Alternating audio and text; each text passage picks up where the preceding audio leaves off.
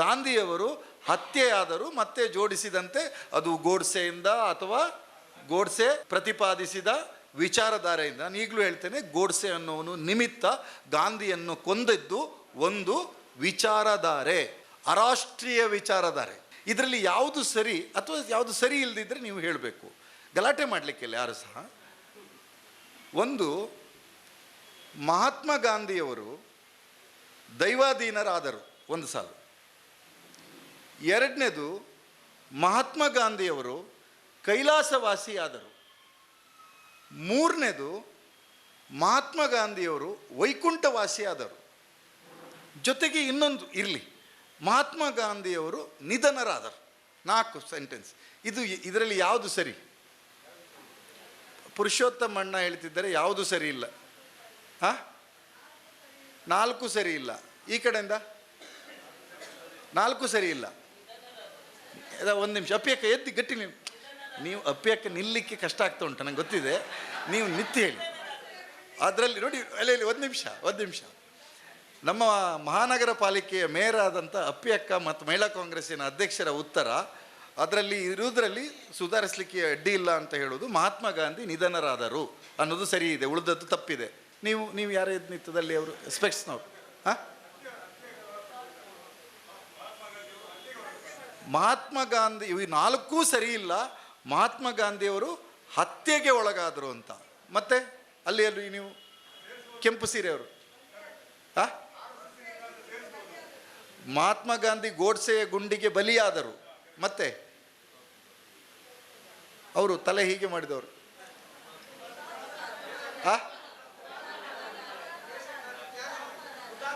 ಮಹಾತ್ಮ ಗಾಂಧಿ ಹುತಾತ್ಮರಾದರು. ಮತ್ತೆ ಯಾರದು? ಚೂರು ಎದ್ನಿಲ್ಲಿ, ಒಂದು ಶಾಲೆಟ್ ಪಿಂಟವರಿಗೆ ಒಂದು ಚಪ್ಪಳೆ ಕೊಡಿ ಎಲ್ಲರೂ ಸೇರಿ. ಮಹಾತ್ಮ ಗಾಂಧಿಯವರು ವಿಧಿವಶರಾದರು. ವಿಧಿ ಎಂತ ಮಾಡೋದು? ವಶ ಆದರು. ಅವ ಬಂದ ದೊಣ್ಣೆ ಬೀಸಿಕೊಂಡು ವಿಧಿ ವಶ ಆದ. ಆಯಿತು. ಮತ್ತೆ ನೆನ್ಪಿಟ್ಕೊಳ್ಳಿ, ನಾವು ಇಷ್ಟು ಜನ ಗೆಳೆಯರು, ಆತ್ಮೀಯರು, ಒಂದು ಕುಟುಂಬದವರು ನಾವೆಲ್ಲ ಕೂತಿದ್ದೀವಿ. ನಮ್ಮೊಳಗೆ ಒಂದು ದೊಡ್ಡ ಕನ್ಫ್ಯೂಷನ್ ಸೃಷ್ಟಿ ಆಯಿತು ಆ 4 ಸಾಲು. ಅದು ವಿಧಿವಶರಾದರು, ವೈಕುಂಠವಾಸಿಯಾದರು. ಮೊನ್ನೆ ಒಂದು ಕಡೆ ಜೋರು ಚರ್ಚೆ, ಅದು ವೈಕುಂಠವಾಸಿ ಅನ್ನೋದೇ ಕರೆಕ್ಟು, ಯಾಕೆಂದರೆ ಗಾಂಧಿಯವರು ಹರಿಭಕ್ತರು. ಹಾಗೆ ಮತ್ತೊಬ್ಬರು ಇಲ್ಲ ಅವರು ಸ್ವಲ್ಪ ಶಿವನನ್ನು ಪೂಜಿಸ್ತಿದ್ರು, ಹಾಗಾಗಿ ಕೈಲಾಸವಾಸಿಯಾದರು. ಹೀಗೆಲ್ಲ ಚರ್ಚೆ ಆಯಿತು. ನೆನ್ಪಿಟ್ಕೋಬೇಕು, ಈ ಹಿರಿಯರು ಹೇಳಿದ್ರಲ್ಲ, ಮತ್ತು ಇಲ್ಲಿ ಯಾರು ನಮ್ಮ ಅಕ್ಕ ಹೇಳಿದ್ರಲ್ಲ, ಸ್ಪಷ್ಟವಾಗಿ ನೆನಪಿಟ್ಟುಕೊಳ್ಬೇಕು. ನಾವು ಮರಿತಾ ಇದ್ದೇವೆ, ಗಾಂಧಿ ಹತ್ಯೆಯಾಗಿ 76-77 ವರ್ಷದ ನಂತರ ಗಾಂಧಿಯವರು ಕೊಲೆಯಾದರು. ನಿಧನರಾದದ್ದು ವೈಕುಂಠವಾಸಿ, ಕೈಲಾಸವಾಸಿ ಅಲ್ಲ. ನಾವ್ಯಾರು ಹೋಗಿ ಬಂದಿದ್ದೇವೆ ವೈಕುಂಠಕ್ಕೆ? ನಾವ್ಯಾರಾದರೂ ವೈಕುಂಠಕ್ಕೆ ಹೋಗಿ ಬಂದು ಗಾಂಧಿ ಎಲ್ಲಾದರೂ ಕುರ್ಚಿಯಲ್ಲಿ ಕೂತಿದ್ರೆ ಇಲ್ಲಿ ಗಟ್ಟಿಯಾಗಿ ಹೇಳ್ಬೋದು ಗಾಂಧಿ ವೈಕುಂಠವಾಸಿ ಆದರು ಅಂತೇಳಿ. ಇಲ್ಲ ಕೈಲಾಸಕ್ಕೆ ಹೋಗಿ ಶಿವನನ್ನು ಮಾತಾಡಿಸಿ ಬಂದರೆ ಗಾಂಧಿಯವರು ಕೈಲಾಸವಾಸಿ. ನಮಗೆ ಎಲ್ಲರಿಗೂ ಸ್ಪಷ್ಟವಾದ ಅರಿವಿರಬೇಕಾದ ಸಂಗತಿ, ಗಾಂಧಿಯವರು ಹತ್ಯೆಯಾದರು ಮತ್ತೆ ಜೋಡಿಸಿದಂತೆ ಅದು ಗೋಡ್ಸೆಯಿಂದ ಅಥವಾ ಗೋಡ್ಸೆ ಪ್ರತಿಪಾದಿಸಿದ ವಿಚಾರಧಾರೆಯಿಂದ. ನಾನು ಈಗಲೂ ಹೇಳ್ತೇನೆ, ಗೋಡ್ಸೆ ಅನ್ನೋನು ನಿಮಿತ್ತ ಗಾಂಧಿಯನ್ನು ಕೊಂದದ್ದು ಒಂದು ವಿಚಾರಧಾರೆ. ಯಾವ ವಿಚಾರಧಾರೆ ಅದು? RSSಗೆ ಬೇರೆ ಥರ ಹೇಳುವ ಅರಾಷ್ಟ್ರೀಯ ವಿಚಾರಧಾರೆ, ಕರೆಕ್ಟ್ ಅಲ್ಲ? ಗಾಂಧಿಯವರನ್ನು ಕೊಂದಿದ್ದು ಒಂದು ಅರಾಷ್ಟ್ರೀಯ ವಿಚಾರಧಾರೆ. ಭಾರತವನ್ನು ಪ್ರೀತಿಸದ, ಭಾರತವನ್ನು ಒಪ್ಪದ, ಭಾರತದ ಬಹುತ್ವವನ್ನು ಒಪ್ಪದ, ಭಾರತದ ಸಂವಿಧಾನವನ್ನು ಸ್ವೀಕರಿಸಲೊಪ್ಪದ ಮನಸ್ಥಿತಿಯ ಒಂದು ವಿಚಾರಧಾರೆ ಗಾಂಧಿಯನ್ನು ಕೊಂದಿತು ಅಲ್ವಾ? ಆ ಗಾಂಧಿಯನ್ನು ಕೊಲ್ಲಿಕ್ಕೆ ಕೆಲವು ಕಾರಣಗಳಿದೆ, ಅದನ್ನು ನೆರೆಟ್ ಮಾಡುವ ಮರ್ತು ಹೋಗ್ತದೆ ಅನ್ನೋ ಕಾರಣಕ್ಕೆ. ಏನೇನು ಕಾರಣ ಇರ್ಬೋದು ಹೇಳಿ? ಗಾಂಧಿಯನ್ನು ಕೊಲ್ಲಿಕ್ಕೆ ಏನೇನು ಕಾರಣ? ಪಟ್ಟ ಹೇಳಬೇಕು. ಅವರೇ ಹಿರಿಯರೇ ಹೇಳ್ತಾ ಇದ್ದಾರೆ, ಅವರಿಗೆ ಗಾಂಧಿಗೆ ಇದ್ದಂಥ ಒಂದು ಜಾತ್ಯತೀತ ಮನೋಭಾವನೆ. ಮತ್ತೆ ಬೇಗ ಅಕ್ಕ ಹೇಳ್ತಾ ಇದ್ದಾರೆ, ಅಗಲ ಕುಂಕುಮ ಇಟ್ಟವರು ಅಹಿಂಸೆಯನ್ನು ಒಪ್ಪದೇ ಇದ್ದದ್ದಕ್ಕೆ. ಎಸ್. ಮತ್ತೆ ಭಾರತ ಪಾಕಿಸ್ತಾನ ಡಿವೈಡ್ ಆಯಿತು ಅಂತ. ಮತ್ತೆ ಅವರು ಶಾಂತಿ ಪ್ರಿಯರು ಅನ್ನೋ ಕಾಲಕ್ಕೆ ಕೊಂದಿದ್ದು. ಮತ್ತೆ ಅದು ಯಾರು ಹೇಳಿದ್ದು ಗಟ್ಟಿಯಾಗಿ ಹೇಳಿ? ಯಾರು ಗಂಡಸರು ಯಾರು ಹೇಳಿದ್ದದು? ನೀವು ಆ ಶಾಲೆಟ್ ಪಿಂಟ್ ಅವರಿಗೆ, ಅಪ್ಪಿ ಅಕ್ಕನಿಗೆ ಹೇಳಿ ಕರೆಕ್ಟಾಗಿ. ಅವ್ರು ಇದಕ್ಕೆ ಉತ್ತರ ಕೊಡಲಿಲ್ಲ, ನೀವು ಗಂಡಸರು ಉತ್ತರ ಕೊಟ್ಟಿದ್ದಾರೆ. ಮಹಿಳಾ ಸಮಾನತೆಗಾಗಿ ದುಡಿತಾ ಇದ್ರು ಅನ್ನುವ ಕಾರಣಕ್ಕಾಗಿ ಗಾಂಧಿಯ ಹತ್ಯೆ ಆಯಿತು. ಎಲ್ಲ ಸತ್ಯ.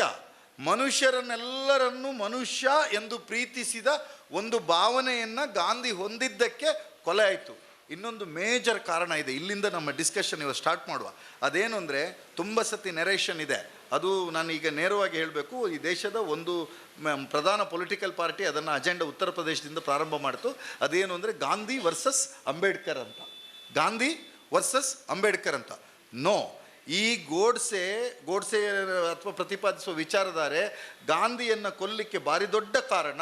ರಿಚರ್ಡ್ ಅಟೆನ್ಬರೋ ಅವರ ಗಾಂಧಿಯ ಮೂವಿಯನ್ನು ಇವತ್ತು ಯೂಟ್ಯೂಬಲ್ಲಿದೆ, ದಯವಿಟ್ಟು ಹೋಗಿ ನೋಡಿ. ಅದರಲ್ಲಿ ಒಂದು ಸಂಗತಿ ಬರುತ್ತೆ, ಗಾಂಧಿ ಉಪವಾಸ ಸತ್ಯಾಗ್ರಹದಿಂದ ಕೂತಿರ್ತಾರೆ, ಸಂವಿಧಾನ ಕರಡು ರಚನಾ ಸಮಿತಿಯ ಅಧ್ಯಕ್ಷರು ಯಾರಾಗಬೇಕು ಅಂತ ಭಾರಿ ದೊಡ್ಡ ಚರ್ಚೆ ಆಗುತ್ತೆ. ಗಾಂಧಿ ಉಪವಾಸ ನಿರತ, ಮೌನ ವ್ರತ. ಆಗ ಕಾಂಗ್ರೆಸ್ಸಿಗರು ಆಡಳಿತ ಮಾಡ್ತಾ ಇದ್ದಂಥ ಆಗ ಗಾಂಧಿಯ ಬುಡಕ್ಕೆ ಹೋಗ್ತಾರೆ, ಗಾಂಧಿಯ ಹತ್ರ ಕೇಳ್ತಾರೆ, ಗಾಂಧೀಜಿ ಈ ರೀತಿ ಕನ್ಫ್ಯೂಷನ್ ಸ್ಟಾರ್ಟ್ ಆಗಿದೆ, ಈಗ ಗೊತ್ತಲ್ಲ ಗ್ಯಾರಂಟಿ ಸಮಿತಿ ಅಧ್ಯಕ್ಷರನ್ನ ಯಾರು ಮಾಡಬೇಕು ಏನು ಅಂತ ಜಿಲ್ಲಾಧ್ಯಕ್ಷರ ಹತ್ರ ಹೀಗೆಲ್ಲ ಚರ್ಚೆ ಆಗ್ತದಲ್ಲ. ಅದೇ ರೀತಿ ಆಗ ಚರ್ಚೆ ಆಗಿ ರೀತಿಯಲ್ಲೇ ಸೀದಾ ಗಾಂಧಿಯ ಬುಡಕ್ಕೆ ಹೋದಾಗ ಉಪವಾಸ ನಿರತನಾಗಿದ್ದಂತಹ ಗಾಂಧಿ ಒಂದು ಪುಟ್ಟ ಚೀಟಿಯಲ್ಲಿ ಕೋಟ್ಯಾಧಿಪತಿಯಲ್ಲಿ 1 2 3 4 ಕೇಳಿದ ಹಾಗೆ ಉತ್ತರ ಕೊಡೋದಿಲ್ಲ, ಗಾಂಧಿಯವರು ಒಂದೇ ಹೆಸರನ್ನು ಬರೆದು ಕಳ್ತಾರೆ. ಅದು ಹೆಸರು ಬಾಬಾ ಸಾಹೇಬ್ ಅಂಬೇಡ್ಕರ್ ಅವರ ಹೆಸರನ್ನು ಬರೆದು ಕಳಿಸ್ತಾರೆ.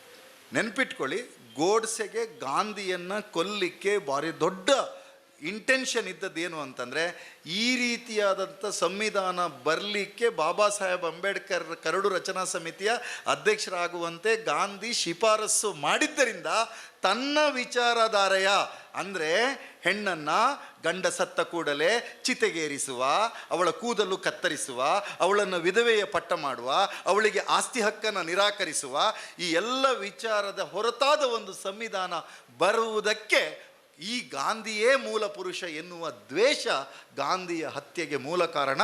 ಇದನ್ನು ಕಾಂಗ್ರೆಸ್ಸಿಗರು ಇವತ್ತಿಂದ ಲೌಡಾಗಿ ಮಾತಾಡಬೇಕು. ಮಾತಾಡ್ತೀರಲ್ಲ ನೀವು?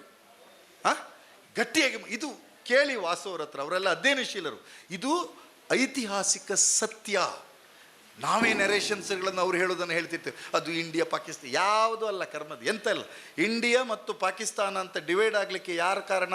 2 ದ್ವಿರಾಷ್ಟ್ರ ಸಿದ್ಧಾಂತವನ್ನು ಏಕಕಾಲದಲ್ಲಿ ಮಂಡಿಸಿದವರು ಯಾರು? RSSನ ಅಪ್ಪಂದಿರಾದಂತಹ ಹಿಂದೂ ಮಹಾಸಭಾ ಮತ್ತು ಜಿನ್ನಾ ನೇತೃತ್ವದ ಮುಸ್ಲಿಂ ಲೀಗ್ ಇಬ್ಬರು ಏಕಕಾಲದಲ್ಲಿ ಒಂದೇ ವರ್ಷದಲ್ಲಿ ಅವರು ನಡೆಸಿದ ಬೇರೆ ಬೇರೆ ಅವರ ಸಮಾವೇಶದಲ್ಲಿ ಅವರು ತೀರ್ಮಾನ ಮಾಡ್ತಾರೆ. ಏನು ಅಂದರೆ ಭಾರತ ಮತ್ತು ಪಾಕಿಸ್ತಾನ ಅಂತ 2 ದೇಶ ಆಗಬೇಕು ಅಂತ ಹೇಳ್ತಾರೆ.